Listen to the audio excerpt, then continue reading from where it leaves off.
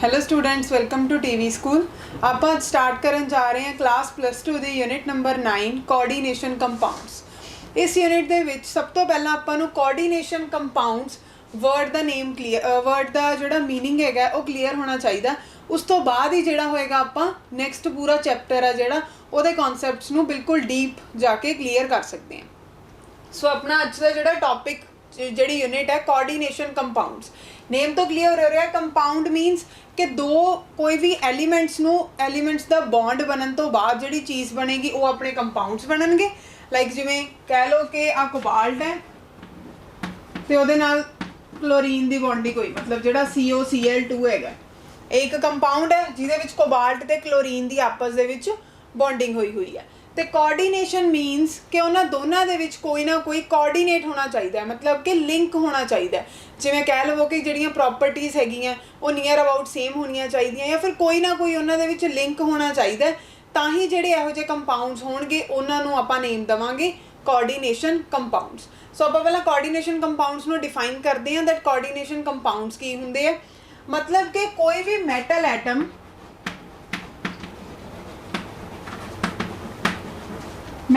मीनस जिमें कि यह वाली जी अपनी एग्जाम्पल हैगी है कोबाल्ट क्लोराइड, ये अपना मैटल की है कोबाल्ट।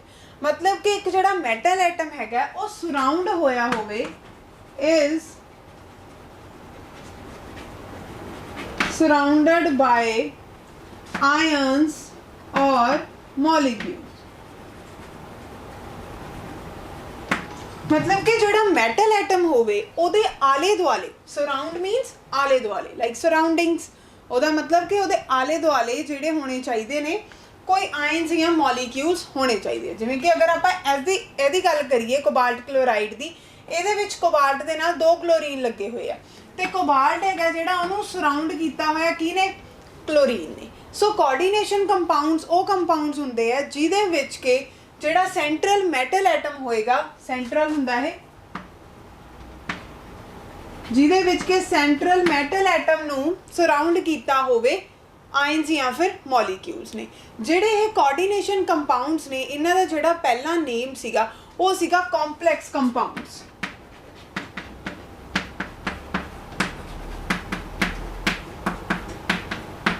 मतलब कि जदों जिहड़े कोआर्डिनेशन कंपाउंड सीगे जदों इन्हां दी मतलब ए डेफिनेशन दे अकॉर्डिंगली जदों ये चीज़ फाइंड आउट की गई दैट जदों भी कदे कोई मैटल एटम के आले दुआले कोई आयन्स या मॉलिक्यूल्स ने सराउंड किया होवे दैन जिहड़ा एक कंपाउंड बनेगा उहदा आपां नेम की रखना।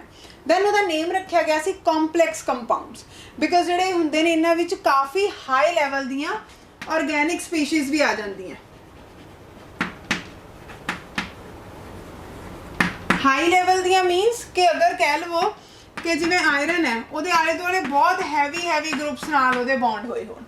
सो जिहड़े इस तरह के कुछ कॉम्पलैक्सिस जदों कि कंपाउंड्स फाइंड आउट किए गए दैन ये फाइंड किया गया दैट जिहड़े इस तरह के कंपाउंड्स ने उन्होंने स्ट्रक्चर बहुत ही ज़्यादा कॉम्पलैक्स हुंदी है।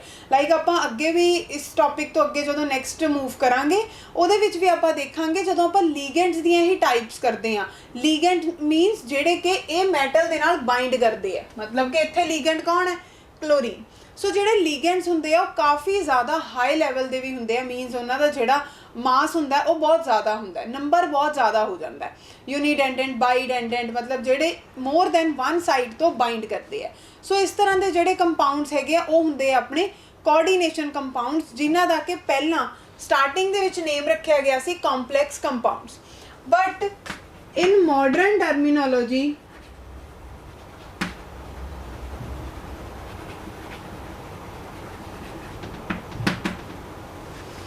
बट जो उस तो बाद भी ये फरदर रिसर्चिज कीतियां गई, जो लीगेंड्स की भी फरदर डिस्कवरी हुई कि लीगेंड एक साइड तो ही नहीं मोर दैन वन साइड तो पॉलीडेंडेंट लीगेंड्स भी हुंदे ने जिन्हां विच के मतलब वो मोर दैन वन साइड तो बाइंड करे। सो उस तो बाद जिहड़ा इन्हां दा नेम सीगा नेम चेंज करके कोआर्डिनेशन कंपाउंड्स रख दिता गया।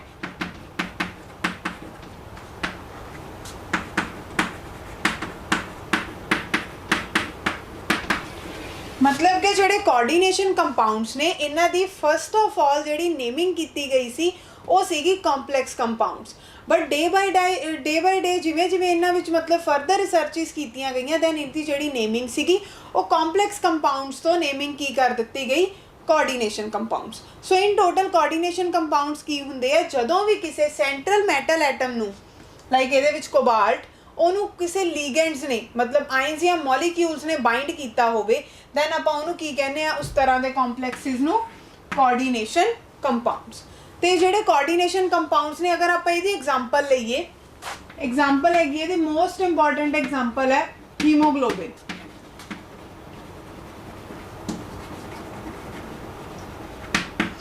ਹੀਮੋਗਲੋਬਿਨ ਹੈਗਾ ਜਿਹੜਾ ਉਹਦੇ ਵਿੱਚ ਆਪਣਾ ਸੈਂਟਰਲ ਮੈਟਲ ਐਟਮ ਹੁੰਦਾ ਆਇਰਨ।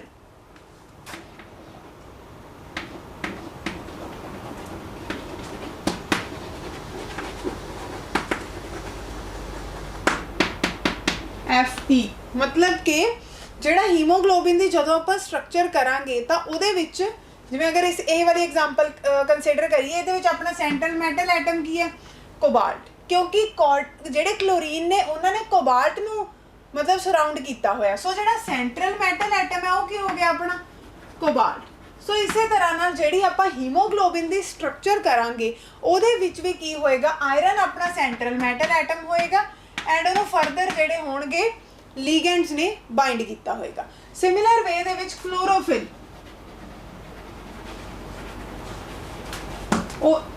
ਉਹਦੇ ਵਿੱਚ ਆਪਣਾ ਸੈਂਟਰਲ ਮੈਟਲ ਐਟਮ ਹੁੰਦਾ ਹੈ ਮੈਗਨੀਸ਼ੀਅਮ। ਇਹ 1 ਮਾਰਕ ਦੇ ਵਿੱਚ ਕੁਐਸਚਨ ਪੁੱਛਿਆ ਜਾ ਸਕਦਾ ਦੈਟ ਕਲੋਰੋਫਿਲ ਜਾਂ ਹੀਮੋਗਲੋਬਿਨ ਜਾਂ ਹੋਰ ਵੀ ਕੰਪਲੈਕਸਿਸ ਫਰਦਰ ਜਿਵੇਂ ਵਿਟਾਮਿਨ B12 ਉਹਦੇ ਵਿੱਚ ਐਲੂਮੀਨੀਅਮ ਹੁੰਦਾ। ਸੋ ਇਸ ਤਰ੍ਹਾਂ ਤੁਹਾਨੂੰ ਕੋਈ ਵੀ ਪੁੱਛਿਆ ਜਾ ਸਕਦਾ ਕਿ ਆਪਣੀ ਡੇਲੀ ਲਾਈਫ ਨਾਲ ਰਿਲੇਟ ਕਰਕੇ ਤੁਸੀਂ ਕੋਈ ਵੀ ਕੋਆਰਡੀਨੇਸ਼ਨ ਕੰਪਾਊਂਡ ਦੀ ਐਗਜ਼ਾਮਪਲ ਦਿਓ ਐਂਡ ਤੁਸੀਂ ਉਹਦੇ ਵਿੱਚ ਇਸ ਤਰ੍ਹਾਂ ਦੀ ਕੋਈ ਵੀ ਐਗਜ਼ਾਮਪਲ ਦੇ ਸਕਦੇ ਹੋ ਲਾਈਕ ਹੀਮੋਗਲੋਬਿਨ ਜਿਹਦੇ ਵਿੱਚ ਕਿ ਸੈਂਟਰਲ ਮੈਟਲ ਐਟਮ ਹੁੰਦਾ ਹੈ ਆਇਰਨ ਤੇ ਆਇਰਨ ਨੂੰ ਲੀਗੈਂਡਸ ਨੇ ਸਰਾਊਂਡ ਕੀਤਾ ਹੁੰਦਾ ਐਂਡ ਕਲੋਰੋਫਿਲ ਦੇ ਵਿੱਚ ਆਪਣਾ ਸੈਂਟਰਲ ਮੈਟਲ ਐਟਮ ਹੁੰਦਾ ਮੈਗਨੀਸ਼ੀਅਮ ਐਂਡ ਵਿਟਾਮਿਨ B12 ਇਹਦੇ ਵਿੱਚ ਹੁੰਦਾ ਆਪਣਾ central metal atom aluminium.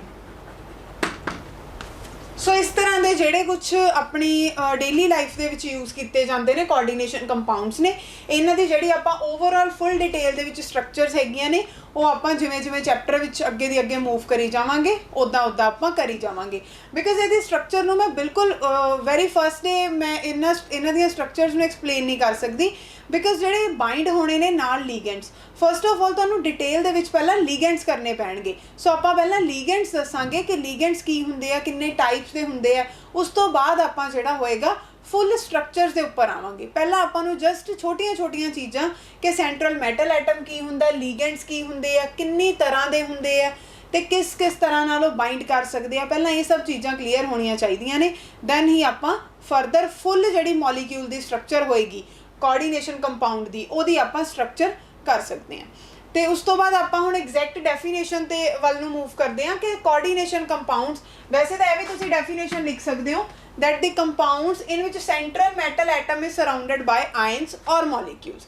But ਜਿਹੜੀ ਇਹਦੀ ਐਗਜ਼ੈਕਟ ਡੈਫੀਨੇਸ਼ਨ ਹੈਗੀ ਹੈ ਕਿ ਮਤਲਬ ਕੋਆਰਡੀਨੇਸ਼ਨ ਕੰਪਾਊਂਡਸ ਬਣੇ ਕਿਵੇਂ, ਇਹ ਤਾਂ ਆਪਾਂ ਇਹ ਦੱਸ ਦਿੱਤਾ ਕਿ ਕੋਆਰਡੀਨੇਸ਼ਨ ਕੰਪਾਊਂਡਸ ਦੀ ਸਟਰਕਚਰ ਜਾਂ ਫਿਰ ਫਾਰਮ ਕਿਸ ਤਰ੍ਹਾਂ ਦੀ ਹੁੰਦੀ ਹੈ ਕਿ ਇੱਕ ਮੈਟਲ ਹੈ ਉਹਨੂੰ ਲੀਗੈਂਡਸ ਨੇ ਸਰਾਊਂਡ ਕਰ ਦਿੱਤਾ, ਇਸ ਤਰ੍ਹਾਂ ਦੇ ਕੰਪਾਊਂਡਸ ਨੂੰ ਆਪਾਂ ਕੋਆਰਡੀਨੇਸ਼ਨ ਕੰਪਾਊਂਡਸ ਕਹਿੰਦੇ ਆ।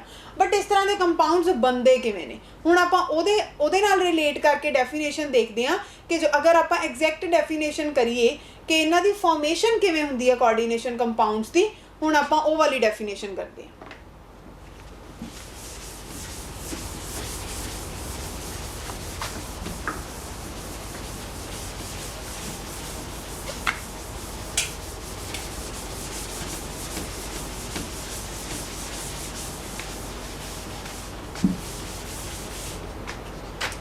So coordination compounds are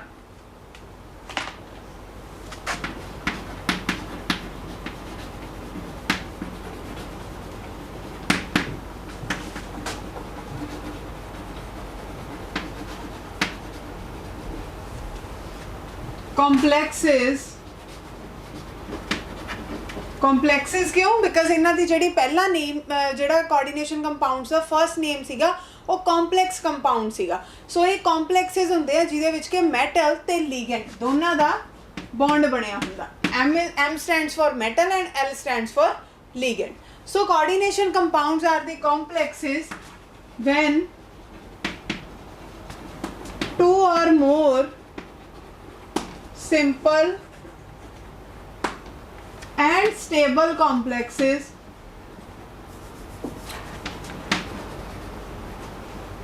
या molecules कह सकते हो combine to form a compound.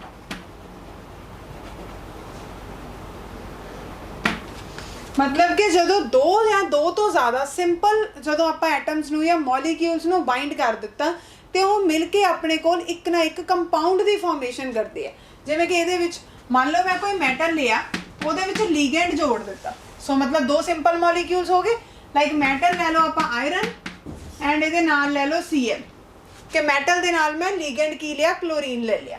Then ਮੇਰੇ ਕੋਲ ਬਣੂਗਾ ਕੀ, ਮੈਟਲ ਦੇ ਲੀਗੈਂਡ ਦੇ ਵਿੱਚ ਬੌਂਡ ਬਣ ਜਾਂਦਾ ਤੇ ਜਿਹੜਾ ਇਹ ਬੌਂਡ ਬਣਦਾ ਉਹ ਕਿਹੜਾ ਬੌਂਡ ਬਣਦਾ, ਕੋਆਰਡੀਨੇਸ਼ਨ ਬੌਂਡ। ਕੋਆਰਡੀਨੇਸ਼ਨ ਕੰਪਾਊਂਡਸ ਦੇ ਵਿੱਚ ਜਿਹੜਾ ਬੌਂਡ ਬਣੇਗਾ ਉਹ ਵੀ ਕੋਆਰਡੀਨੇਟ ਬੌਂਡ ਬਣੇਗਾ। ਤੇ ਕੋਆਰਡੀਨੇਟ ਬੌਂਡ ਆਪਣੇ ਕੋਲ ਕਿਹੜਾ ਹੁੰਦਾ, ਜਦੋਂ ਕਿ ਕੋਈ ਇੱਕ ਜਿਹੜਾ ਆਪਣਾ ਹੋਵੇ ਲਾਈਕ ਮੈਟਲ ਉਹ ਇਲੈਕਟ੍ਰੋਨਸ ਲੈ ਰਿਹਾ ਐਂਡ ਜਿਹੜਾ ਲੀਗੈਂਡ ਹੈ ਉਹ ਡੋਨੇਟ ਕਰੇਗਾ। ਸੋ ਇਸ ਤਰ੍ਹਾਂ ਦੇ ਜਿਹੜੇ ਬੌਂਡਸ ਹੋਣਗੇ ਉਹ ਕੋਆਰਡੀਨੇਟ ਬੌਂਡਸ ਹੁੰਦੇ ਆ।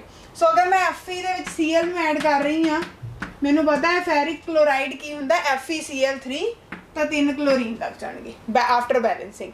ਸੋ ਇਸ ਤਰ੍ਹਾਂ ਦੇ ਜਿਹੜੇ ਸਿੰਪਲ ਅਗਰ ਮੈਂ ਕੰਪਲੈਕਸਿਸ ਲੈ ਲਵਾਂ, ਮੋਲੀਕਿਊਲਸ ਲੈ ਲਵਾਂ, ਉਸ ਤੋਂ ਬਾਅਦ ਜਿਹੜੇ ਮੇਰੇ ਕੋਲ ਓਵਰਆਲ ਕੰਪਲੈਕਸਿਸ ਬਣਨਗੇ ਜਾਂ ਕੰਪਾਊਂਡਸ ਬਣਨਗੇ ਉਹ ਕੀ ਹੁੰਦੇ ਨੇ, ਮੇਰੇ ਕੋਆਰਡੀਨੇਸ਼ਨ ਕੰਪਾਊਂਡਸ। ਐਂਡ ਇਹਦੇ ਵਿੱਚ ਇੱਕ ਹੋਰ ਚੀਜ਼ ਹੈ ਦੈਟ ਜਿਹੜੀ ਇਹਨਾਂ ਦੀ ਆਈਡੈਂਟੀਟੀ ਹੈ,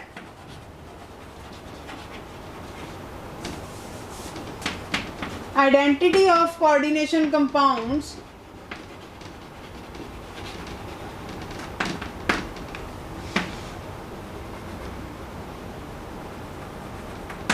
remains same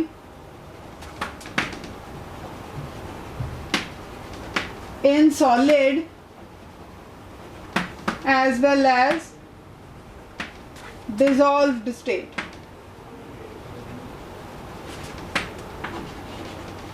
डिजॉल्व स्टेट ਨੂੰ ਹੋਰ ਕੀ ਕਹਿ ਸਕਦੇ ਹਾਂ ਆਪਾਂ ਕਿ ਐਕੁਅਸ ਸੋਲਿਊਸ਼ਨ ਦੀ ਫਾਰਮੇਸ਼ਨ ਹੋਈ ਹੈ।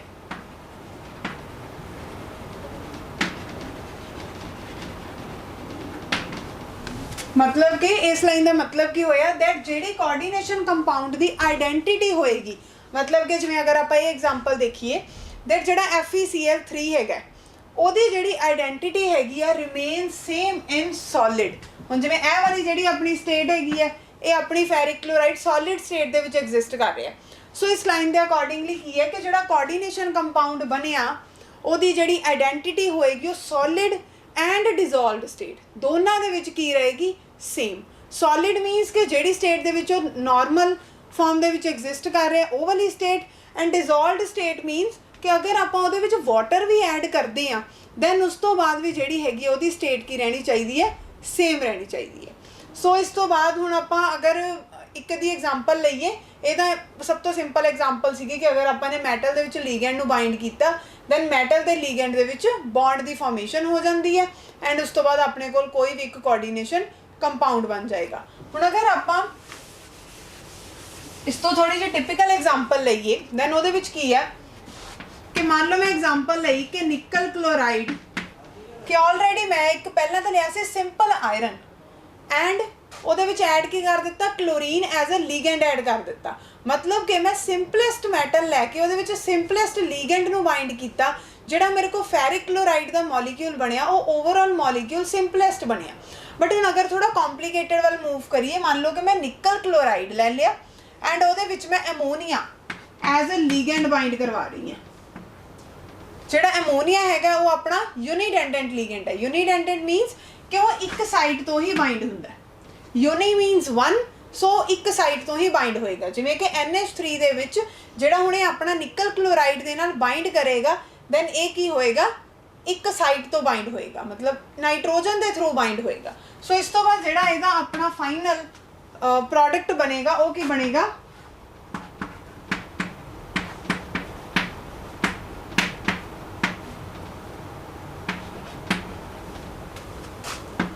ਆਪਣਾ ਜਿਹੜਾ ओवरऑल मॉलिक्यूल बनया वो बनया टैट्रा एमीनो निकल ते नाल क्लोरीन।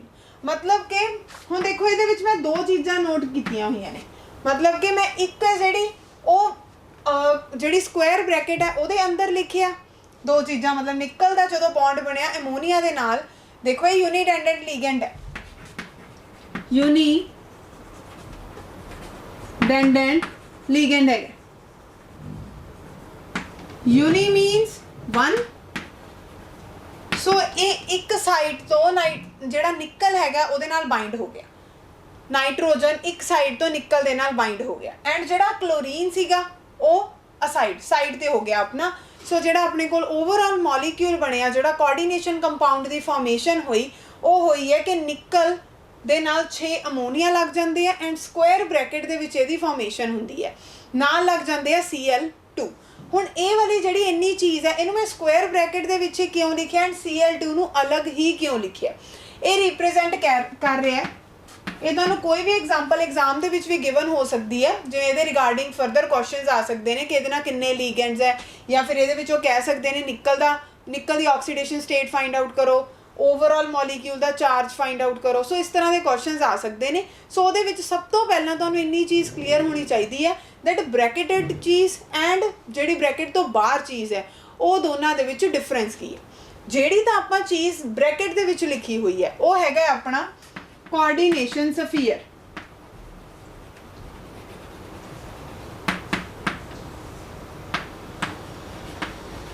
कोऑर्डिनेशन स्फीयर एक तरह नाल अगर आप इत्थों ही क्लीयर करिए दैट मतलब कि ਇਹਦੇ ਵਿੱਚ ਕੀ ਹੈਗਾ कोऑर्डिनेशन स्फीयर मीनस निकल दे आले दुआले 6 एमोनिया बाइंड होए ने। अगर स्ट्रक्चर ड्रॉ करिए की बन रही है, निकल दे नाल 6 एमोनिया बाइंड हो गए,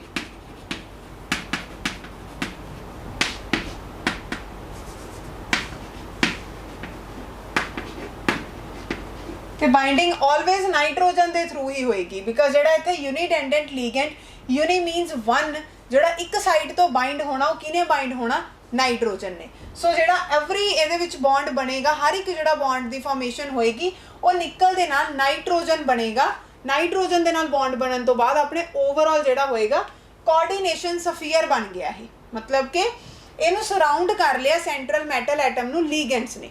ਤੇ ਜਿਹੜੀ ਆਪਣੀ ਚੀਜ਼ ਬ੍ਰੈਕਟ ਤੋਂ ਬਾਹਰ ਹੈਗੀ ਹੈ ਉਹ ਹੁੰਦੇ ਆ ਆਪਣੇ counter ions. Counter ions means ਕਿ ਇਹ ਜੀ ਕੋਈ ਚੀਜ਼ ਜਿਹੜੀ ਕਿ ਆਇਨਿਕ ਫਾਰਮ ਦੇ ਵਿੱਚ ਐਗਜ਼ਿਸਟ ਕਰਦੀ ਹੈ, ਸੋ ਉਹਨੂੰ ਆਪਾਂ ਆਊਟਸਾਈਡ मतलब ਬ੍ਰੈਕਟ ਤੋਂ ਬਾਹਰ ਲਿਖਦੇ ਹਾਂ। ਸੋ ਇਹਦੇ ਵਿੱਚ ਜਿਵੇਂ ਹੁਣ ਕਲੋਰੀਨ ਹੈਗਾ Cl2, ਤੇ ਆਪਾਂ ਨੂੰ ਪਤਾ ਹੈ ਕਿ Cl2 ਨੂੰ ਜਦੋਂ ਆਪਾਂ ਨੇ इंटरचेंज करिए तो ये की बन सकता है आइनिक फॉर्म दे विच 2Cl नैगेटिव, मतलब कि इत्थे यह न्यूट्रल फॉर्म दे विच सीगा, ऑक्सीडेशन स्टेट इहदी 0 हैगी है। जदों ये ट्रांसफॉर्म हुंदा है तो इहदे विच इहदी ऑक्सीडेशन स्टेट कितनी आ गई, -1, मतलब कि 0 to -1 इहदी ऑक्सीडेशन स्टेट चेंज होगी। तो जिहड़ा Cl2 सीगा वो 2 molecules of Cl negative they which transform हो गया। सो इस तरह की जिहड़ी चीज़ है हुणे आपां नूं पता है आइनिक फॉर्म दे विच है। सो इस तरह की जिहड़ी कोई चीज़ होएगी जिहड़ी इन्नी टेंडेंसी नहीं हैगी कि वो मैटल दे नाल बाइंड कर सकती है। लाइक हुण अगर आप आयरन जिवें फर्स्ट एग्जाम्पल दे विच कीता सी, आयरन दे विच क्लोरीन पाया, दैन आयरन को इन्नी टेंडेंसी सीगी कि वो क्लोरीन नाल बाइंड कर सकता सी। बट इत्थे आपां जिहड़ा लीगेंड बाहरों ऐड करते पे हैं एक्सटर्नली, जिवें इत्थे जिहड़ा क्लोरीन हैगा ये तो ऑलरेडी निकल दे नाल बाइंड सीगा। जिहड़ी आपां रिएक्शन लई आ हो गया अपना रिएक्टेंट नंबर 1, आ हो गया अपना रिएक्टेंट नंबर 2। जिहड़ा रिएक्टेंट 1 हैगा ਉਹਦੇ ਵਿੱਚ ऑलरेडी ਜਿਹੜਾ क्लोरीन ਸੀਗਾ ਉਹ सेंट्रल मैटल एटम ਦੇ ਨਾਲ बाइंड ਸੀਗਾ। सो ਜਿਹੜਾ ਆਪਾਂ ਬਾਹਰੋਂ ਲੀਗੈਂਡ ਐਡ ਕਰ ਰਹੇ ਹਾਂ मीनस रिएक्टेंट नंबर 2 ਉਹਦੀ ਇੰਨੀ ਟੈਂਡੈਂਸੀ ਹੈਗੀ ਹੈ, ਅਮੋਨੀਆ ਕੋਲ ਇੱਕ ਲੋਨ ਪੇਅਰ ਪਿਆ ਹੁੰਦਾ ਆਪਾਂ ਨੂੰ ਪਤਾ ਹੈ। ਸੋ ਜਿਹੜਾ ਇਹ ਲੋਨ ਪੇਅਰ ਹੁੰਦਾ ਇਹਦੇ ਕੋਲ ਇੰਨੀ ਟੈਂਡੈਂਸੀ ਹੈਗੀ ਹੈ दैट ਇਹ ਜਿਹੜਾ ਨਿਕਲ ਦੇ ਨਾਲ ਬਾइंड ਕਰ ਸਕਦਾ ਹੈ। सो ਇਹਦੀ ਇੰਨੀ ਟੈਂਡੈਂਸੀ ਹੋਣ ਕਰਕੇ ਜਿਹੜੇ 6 ਮੋਲੀਕਿਊਲਸ ਆਫ ਐਮੋਨੀਆ ਹੈਗੇ ਨੇ ਉਹ ਨਿਕਲ ਦੇ ਨਾਲ ਬਾइंड ਕਰ ਜਾਂਦੇ ਨੇ, ਐਂਡ ਜਿਹੜਾ ਕਲੋਰੀਨ ਹੈਗਾ ਉਹ in the form of counter ions bracket ਤੋਂ ਬਾਹਰ ਰਹਿ ਜਾਂਦਾ ਹੈ। ਸੋ ਹੁਣ ਆਪਾਂ ਇੱਥੇ ਤੱਕ ਇਹ ਚੀਜ਼ ਦੇਖ ਲਈ दैट ਕਿ ਇੱਥੇ ਆਪਣਾ ਸੋਲਿਡ ਸਟੇਟ ਦਾ ਮਤਲਬ ਕੀ ਸੀ।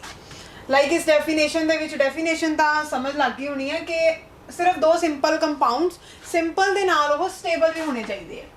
ਜਿਵੇਂ ਕਿ ਅਗਰ ਇਹ ਵਾਲੀ ਆਪਾਂ ਐਗਜ਼ਾਮਪਲ ਲਈ ਸੀ, ਇਹਦੇ ਵਿੱਚ ਨਿਕਲ ਕਲੋਰਾਈਡ ਸਟੇਬਲ ਹੈ ਐਂਡ ਅਮੋਨੀਆ ਆਪਾਂ ਨੂੰ ਪਤਾ ਸਟੇਬਲ ਹੈ।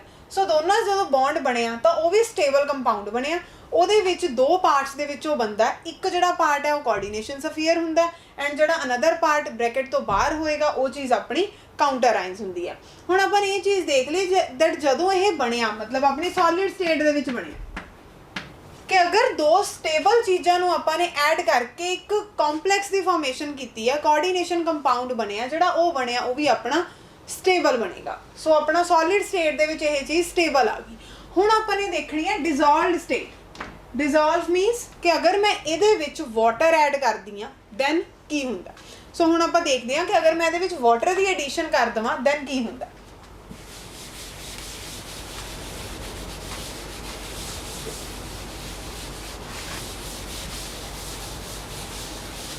ਸੋ ਇਹਦੀ ਹੁਣ ਆਪਾਂ ਸਪਲਿਟਿੰਗ ਕਰਾਂਗੇ।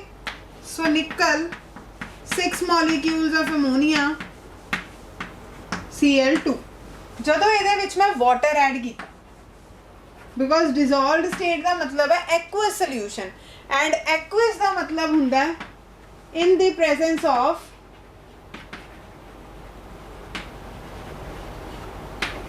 ਵਾਟਰ,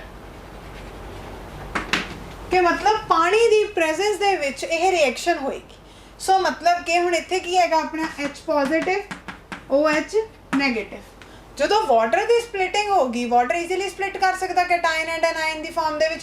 ਸੋ ਜਿਹੜਾ ਇਹ ਹੋਏਗਾ ਇਹ ਵੀ ਕੀ ਕਰ ਜਾਂਦਾ ਸਪਲਿਟ ਕਿਵੇਂ ਹੋਏਗਾ ਕਿ ਇਹਦੇ ਵਿੱਚੋਂ ਕੋਆਰਡੀਨੇਸ਼ਨ ਸਫੀਅਰ ਅਲੱਗ ਹੋ ਜਾਂਦਾ ਐਂਡ ਜਿਹੜਾ ਕਾਊਂਟਰ ਆਇਨ ਹੈ ਉਹ ਅਲੱਗ ਹੋ ਜਾਂਦਾ। ਸੋ ਅਲੱਗ ਕਿਵੇਂ ਹੋਣਗੇ ਇਹ,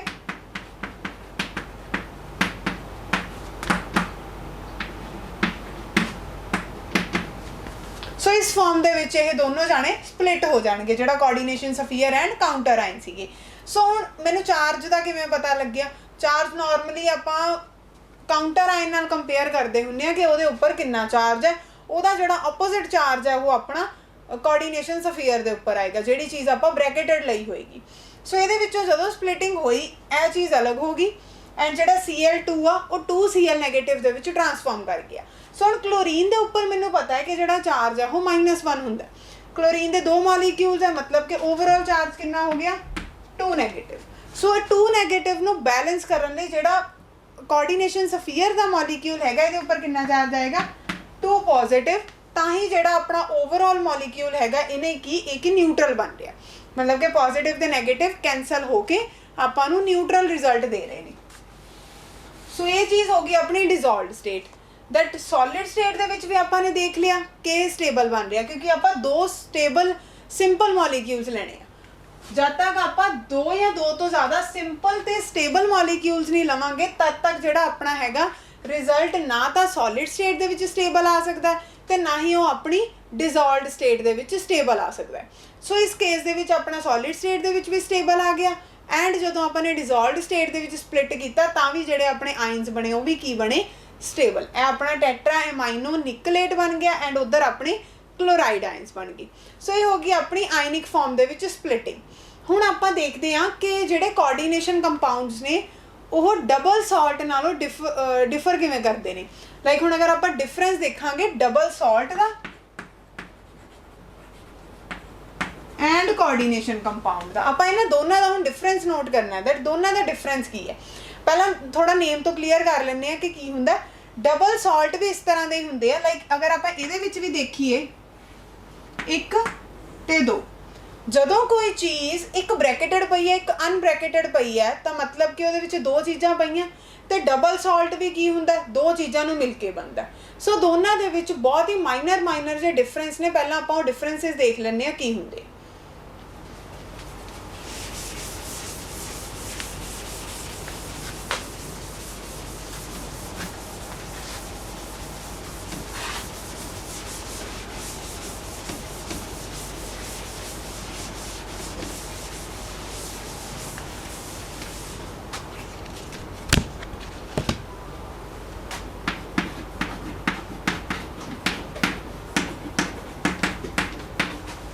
Double salts and coordination compound.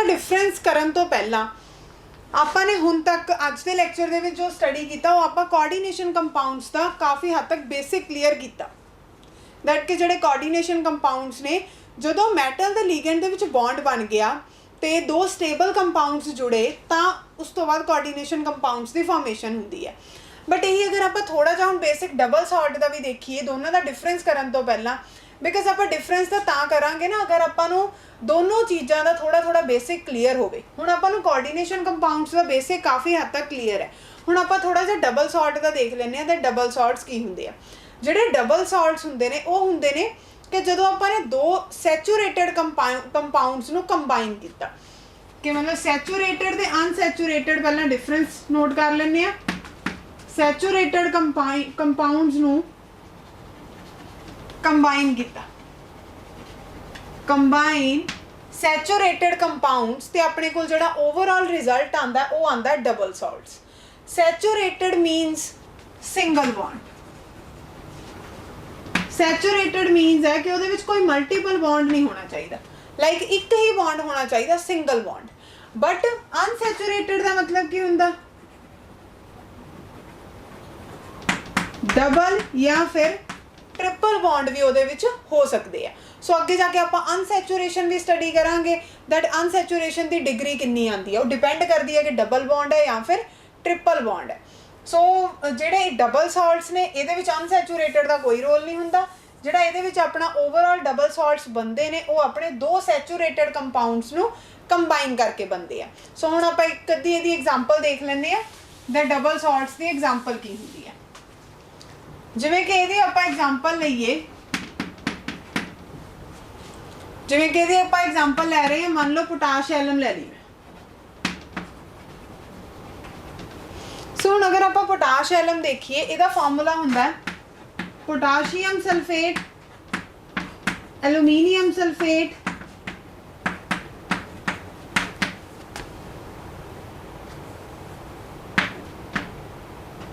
and 24 molecules of water 3 ਹੁੰਦੇ ਆ ਬਿਕਾਜ਼ ਜਿਹੜਾ ਐਲੂਮੀਨੀਅਮ ਹੈਗਾ ਉਹਦੀ ਵੈਲੈਂਸੀ 3 ਹੁੰਦੀ ਹੈ ਐਂਡ ਸਲਫੇਟ ਦੀ 2 ਦੋਨਾਂ ਐਕਸਚੇਂਜ ਹੋ ਜਾਣਗੇ ਐਲੂਮੀਨੀਅਮ ਦਾ 3 ਪੋਜ਼ਿਟਿਵ ਸਲਫੇਟ ਨਾਲ ਲੱਗ ਗਿਆ and sulphate the 2 negative aluminium ਨਾਲ ਲੱਗ ਗਿਆ ਸੇਮ ਵੇ ਦੇ ਵਿੱਚ ਪੋਟਾਸ਼ੀਅਮ +1 ਹੁੰਦਾ ਹੈ ਸੋ ਉਧਰ ਸਲਫੇਟ 1 ਲੱਗਿਆ ਹੋਇਆ ਸੋ ਸਲਫੇਟ ਦੇ ਉੱਪਰ ਚਾਰਜ -2 ਹੁੰਦਾ ਹੈ ਤੇ ਜਿਹੜਾ ਪੋਟਾਸ਼ੀਅਮ ਹੈਗਾ ਉਹਦੇ 2 ਮੋਲੀਕਿਊਲਸ ਲੱਗਣਗੇ ਸੋ ਇਸ ਤਰ੍ਹਾਂ ਅਗਰ ਤੁਹਾਨੂੰ ਨਾ ਵੀ ਕੋਈ ਇਹਦੇ ਵਿੱਚ ਕਨਫਿਊਜ਼ ਹੋ ਜਾਵੋ ਲਾਈਕ ਇੱਕ ਵਾਰ ਕਰ ਲੈਂਦੇ ਹਾਂ ਕਿ ਪੋਟਾਸ਼ੀਅਮ ਸਲਫੇਟ ਹੈ ਉਹਦੇ ਵਿੱਚ ਪੋਟਾਸ਼ੀਅਮ ਦੀ ਵੈਲੈਂਸੀ ਆਪਾਂ ਨੂੰ ਪਤਾ +1 ਹੁੰਦੀ ਹੈ ਐਂਡ ਸਲਫੇਟ ਦੇ ਉੱਪਰ ਚਾਰਜ -2 ਹੁੰਦਾ ਹੈ ਇਹਨੂੰ ਕ੍ਰਾਸ ਮਲਟੀਪਲਾਈ ਕਰ ਲਵੋ ਤਾਂ ਜਿਹੜਾ ਆਪਣਾ ਹੋਏਗਾ ਪੋਟਾਸ਼ੀਅਮ ਸਲਫੇਟ ਉਹਦੀ ਫਾਰਮੇਸ਼ਨ ਹੋ ਜਾਏਗੀ K2 ਨੈਗੇਟਿਵ ਨੂੰ ਆਪਾਂ ਇਗਨੋਰ ਕਰ ਦਿੰਦੇ ਹੁੰਦੇ ਆ K2SO4 ਇਹ ਸੇਮ ਵੇ ਦੇ ਵਿੱਚ ਐਲੂਮੀਨੀਅਮ ਸਲਫੇਟ ਬਣ ਜਾਏਗਾ ਠੀਕ ਹੈ ਜੀ ਇਹ ਆਪਣਾ ਫਾਰਮੂਲਾ ਹੁੰਦਾ ਪੋਟਾਸ਼ੀਅਮ ਸਲਫੇਟ ਦਾ ਹੁਣ ਇਹ ਆਪਾਂ ਨੂੰ ਇਹ ਜਿਹੜਾ ਹੈਗਾ ਪੋਟਾਸ਼ ਐਲਮ ਇਹ ਡਬਲ ਸਾਲਟ ਹੈ ਇਹਦੇ ਵਿੱਚ ਪੋਟਾਸ਼ੀਅਮ ਸਲਫੇਟ ਦਾ ਵੀ ਸਾਲਟ ਲੱਗਿਆ ਹੋਇਆ ਐਂਡ ਐਲੂਮੀਨੀਅਮ ਸਲਫੇਟ ਦਾ ਵੀ ਸਾਲਟ ਲੱਗਿਆ ਹੋਇਆ ਨਾਲ ਜਿਹੜੇ ਨੰਬਰ ਆਫ ਵਾਟਰ ਮੋਲੀਕਿਊਲਸ ਨੇ ਉਹ ਆਪਾਂ ਜਿਵੇਂ ਕੋਆਰਡੀਨੇਸ਼ਨ ਕੰਪਾਊਂਡਸ ਦੀ ਡੈਫੀਨੇਸ਼ਨ ਦੇ ਵਿੱਚ ਕਲੀਅਰ ਕੀਤਾ ਸੀ ਦੈਟ ਡਿਜ਼ੋਲਵਡ ਸਟੇਟ ਦੇ ਵਿੱਚ ਉਹ ਆਪਣੀ ਆਇਡੈਂਟੀਟੀ ਨੂੰ ਰਿਟੇਨ ਕਰਕੇ ਰੱਖਦੇ ਆ ਮਤਲਬ ਕਿ ਆਪਣੀ ਆਇਡੈਂਟੀਟੀ ਨੂੰ ਖਰਾਬ ਨਹੀਂ ਕਰਦੇ ਖਤਮ ਨਹੀਂ ਹੁੰਦੀ ਉਹਨਾਂ ਦੀ ਜਿਹੜੀ ਸਟੇਬਿਲਿਟੀ ਆ ਉਹ ਐਜ਼ ਇਟ ਇਜ਼ ਹੀ ਰਹੇਗੀ ਬਟ ਇਸ ਕੇਸ ਦੇ ਵਿੱਚ ਜਦੋਂ ਇਹਦੀ ਮਤਲਬ ਆਪਾਂ ਸਪਲਿਟਿੰਗ ਕਰਦੇ ਆ ਡਿਜ਼ੋਲਵਡ ਸਟੇਟ ਦੇ ਵਿੱਚ ਦੇਖਾਂਗੇ ਤਾਂ ਇਹਦੀ ਆਇਡੈਂਟੀਟੀ ਖਤਮ ਹੋ ਜਾਂਦੀ ਹੈ ਸੋ ਇਸੇ ਤਰ੍ਹਾਂ ਦੀ ਇੱਕ ਹੋਰ ਐਗਜ਼ਾਮਪਲ ਹੈ important example Mohr's salt and Mohr salt the formula ਹੁੰਦਾ ferrous sulfate and ammonium sulfate and ਇਹਦੇ ਨਾਲ ਹੁੰਦੇ ਆਪਣੇ 6 molecules of water ਸੋ ਇਹ ਇੰਪੋਰਟੈਂਟ ਐਗਜ਼ਾਮਪਲਸ ਨੇ ਡਬਲ ਸਾਲਟ ਦੀਆਂ ਲਾਈਕ ਇਹਦਾ ਵੀ 1 ਮਾਰਕ ਦਾ ਕੁਐਸਚਨ ਆ ਸਕਦਾ ਕਿ right the chemical formula of Mohr salt ਜਾਂ ਫਿਰ ਪੋਟਾਸ਼ ਐਲਮ ਇਹਦੇ ਜਦੋਂ ਤੁਸੀਂ +2 ਕਲਾਸ ਦੇ ਵਿੱਚ ਐਕਸਪੈਰੀਮੈਂਟਸ ਕਰੋਗੇ ਟਾਈਟ੍ਰੇਸ਼ਨ ਦੇ ਉਹਦੇ ਵਿੱਚ ਵੀ ਤੁਸੀਂ ਮੋਹਰ ਸਾਲਟ ਪੜੋਗੇ ਸੋ ਇਹਦੇ ਫਾਰਮੂਲੇ ਨੂੰ ਇੱਕ ਵਾਰ ਮਾਈਂਡ ਦੇ ਵਿੱਚ ਰੱਖ ਲੈਣਾ that ferrous sulphate and ammonium sulphate ਜਦੋਂ ਇਹਨਾਂ ਫੈਰਸ ਮਤਲਬ ਆਇਰਨ ਤੇ ਅਮੋਨੀਆ ਦੋਨਾਂ ਦੇ ਜਦੋਂ ਸਲਫੇਟ ਮਿਲਦੇ ਆ 6 ਮੋਲੀਕਿਊਲਸ ਆਫ ਵਾਟਰ ਨਾਲ ਲੱਗਦੇ ਆ ਤਾਂ ਉਹਦਾ ਨੇਮ ਹੁੰਦਾ ਮੋਹਰਸ ਸਾਲਟ ਸੋ ਇਸ ਤਰ੍ਹਾਂ ਦੇ ਮਤਲਬ ਹੁੰਦੇ ਆ ਇਹ ਡਬਲ ਸਾਲਟਸ ਹੁਣ ਅਗਰ ਆਪਾਂ ਇਹਦੀ ਚੈੱਕ ਕਰੀਏ ਡਿਜ਼ੋਲਵਡ ਸਟੇਟ ਦੇ ਵਿੱਚ ਜਿਵੇਂ ਸੋਲਿਡ ਸਟੇਟ ਹੈ ਸੋਲਿਡ ਸਟੇਟ ਦੇ ਵਿੱਚ ਤਾਂ ਇਹ ਸਟੇਬਲ ਨੇ ਬਟ ਇਹੀ ਅਗਰ ਮੈਂ ਇਹਨਾਂ ਦੀ ਡਿਜ਼ੋਲਵਡ ਸਟੇਟ ਦੇ ਵਿੱਚ ਚੈੱਕ ਕਰਦੀ ਹਾਂ ਮੰਨ ਲਓ ਮੈਂ ਮੋਹਰ ਸਾਲਟ ਲੈ ਰਹੀ ਹਾਂ ਮਤਲਬ ਕਿ FeSO4 ਅਮੋਨੀਅਮ ਸਲਫੇਟ। ਇਹਨੂੰ ਮੈਂ ਸਪਲਿਟ ਕਰ ਰਹੀ ਹਾਂ, ਇਹਦੇ ਵਿੱਚੋਂ ਕੀ ਹੋਏਗਾ, ਮੇਰਾ Fe2 ਪੋਜ਼ਿਟਿਵ ਅਲੱਗ ਹੋ ਜਾਏਗਾ, NH4 ਪੋਜ਼ਿਟਿਵ ਅਲੱਗ ਹੋ ਜਾਏਗਾ ਐਂਡ ਸਲਫੇਟ ਅਲੱਗ ਹੋ ਜਾਏਗਾ। ਸੋ ਮਤਲਬ ਇਸ ਤਰ੍ਹਾਂ ਜਿਹੜਾ ਹੈਗਾ ਵਾ ਮੇਰੇ ਕੋਲ ਸਪਲਿਟਿੰਗ ਹੋ ਜਾਂਦੀ ਹੈ ਪੂਰੀ। ਬਟ ਆਪਾਂ ਨੇ ਇਹ ਚੀਜ਼ ਦੇਖੀ ਸੀ ਦੈਟ ਜਿਹੜਾ ਕੋਆਰਡੀਨੇਟ ਕੰਪਾਊਂਡ ਸੀਗਾ, ਜਿਵੇਂ ਕਿ NiCl2 6 ਮੋਲੀਕਿਊਲਸ ਆਫ ਅਮੋਨੀਆ, ਇਹਨਾਂ ਦਾ ਜਦੋਂ ਬੌਂਡ ਬਣਿਆ ਸੀ, ਬੌਂਡ ਬਣੇ ਤੇ ਕੀ ਆਇਆ ਸੀ, ਨਿਕਲ ਅਮੋਨੀਆ 6Cl2। ਜਦੋਂ ਇਹਦੀ ਆਪਾਂ ਨੇ ਸਪਲਿਟਿੰਗ ਕੀਤੀ ਸੀ ਤਾਂ ਕੀ ਬਣਿਆ ਸੀ,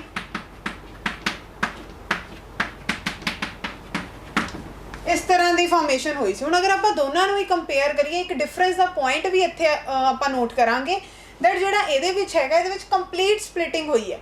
देखो आयरन अलग हो गया, सल्फेट अलग हो गया, अमोनीਆ अलग हो गया, सल्फेट अलग हो गया। बट इस केस ਦੇ ਵਿੱਚ ਆਪਣਾ ਨਿਕਲ ਦੇ ਨਾਲ ਜਿਹੜਾ ਅਮੋਨੀਆ ਮਤਲਬ ਕੋਆਰਡੀਨੇਸ਼ਨ ਸਫੀਅਰ ਸੀਗਾ ਉਹ ਨਹੀਂ ਸੀ ਅਲੱਗ ਹੋਇਆ। ਮਤਲਬ ਇਸ ਤਰ੍ਹਾਂ ਨਹੀਂ ਹੋਇਆ ਕਿ ਨਿਕਲ ਅਲੱਗ ਹੋ ਗਿਆ, ਅਮੋਨੀਆ ਅਲੱਗ, ਕਲੋਰੀਨ ਅਲੱਗ। ਸੋ ਇਹ ਰੀਜ਼ਨ ਹੈ ਕਿ ਇਹਨੇ ਆਪਣੀ ਜਿਹੜੀ ਆਇਡੈਂਟੀਟੀ ਸੀਗੀ ਉਹ ਰਿਟੇਨ ਕਰਕੇ ਰੱਖੀ ਹੋਈ ਸੀ। ਤੇ ਜਿਵੇਂ ਆਪਾਂ ਇਹਨੂੰ ਡਿਸੋਲਵਡ ਸਟੇਟ ਦੇ ਵਿੱਚ ਚੈੱਕ ਕਰਾਂਗੇ ਡਬਲ ਸਾਲਟਸ ਨੂੰ, ਇਹ ਆਪਣੀ ਆਇਡੈਂਟੀਟੀ ਨੂੰ ਲੂਜ਼ ਕਰ ਦਿੰਦੇ ਆ। ਸੋ ਹੁਣ ਆਪਾਂ ਇਹਦੇ ਡਿਫਰੈਂਸ ਦੇ ਪੁਆਇੰਟਸ ਕਰਦੇ ਹਾਂ।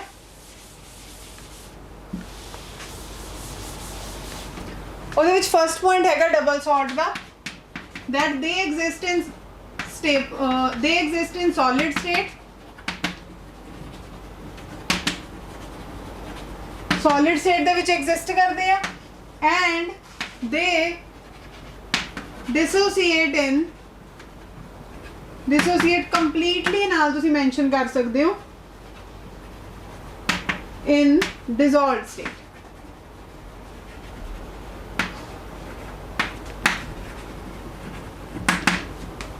ਕਿ ਜਿਹੜੇ ਡਬਲ ਸਾਲਟਸ ਹੈਗੇ ਨੇ ਸੋਲਿਡ ਸਟੇਟ ਦੇ ਵਿੱਚ ਐਗਜ਼ਿਸਟ ਕੀਤੇ, ਉਹ ਵੀ ਕਰਨਗੇ, that they exist in solid state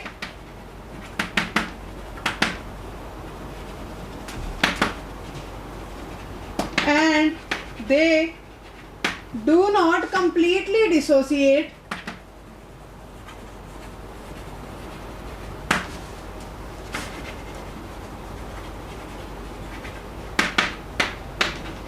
in dissolved state।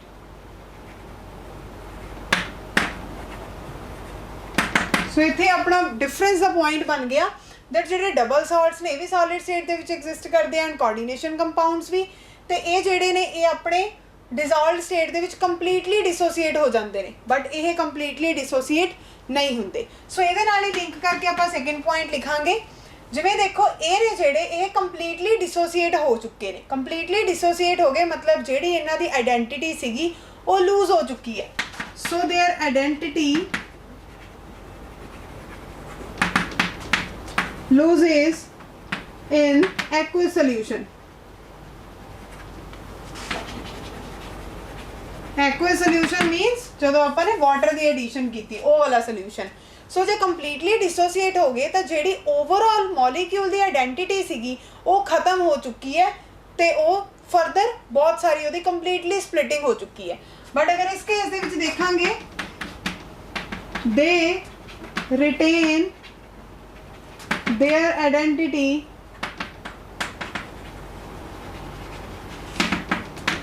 in aqueous solution। कि इन्हां दी जिहड़ी आइडेंटिटी है वो एक्वियस सॉल्यूशन दे विच अपनी रिटेन रहंदी है। उस तो बाद नेक्स्ट अपना डिफरेंस दा पॉइंट हैगा दैट जिहड़े डबल सॉल्ट्स ने ओहदी the properties of double salt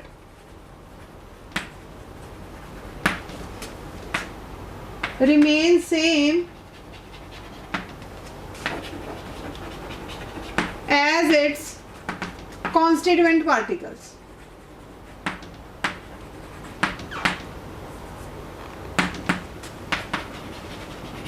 particles या फिर एलिमेंट्स लिख सकते हो।